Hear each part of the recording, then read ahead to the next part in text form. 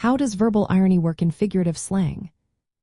Imagine hearing someone say, "Great job," after they just watched you spill coffee all over your shirt. That's a perfect example of verbal irony in slang. It's when someone says one thing but really means the opposite. In slang, this twist makes conversations more fun and clever. Verbal irony works by creating a gap between the literal words and what the speaker truly wants to say. For example, if someone says "nice job, genius" after a silly mistake, they're being sarcastic.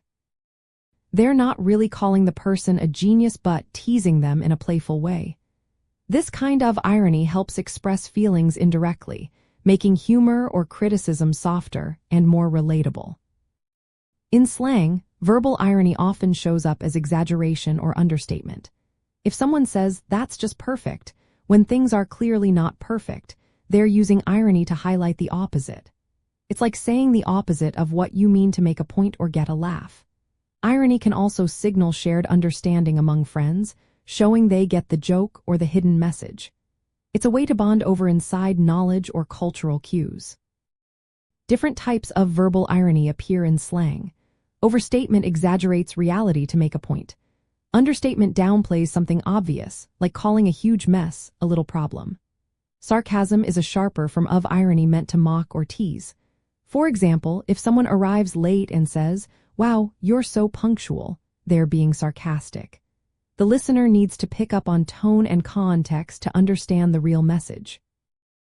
Because slang is informal and often context-specific, understanding irony depends on tone of voice, facial expressions, and the situation. If someone says "nice weather" during a storm, they're being ironic. Listeners interpret these cues to decode the true meaning behind the words.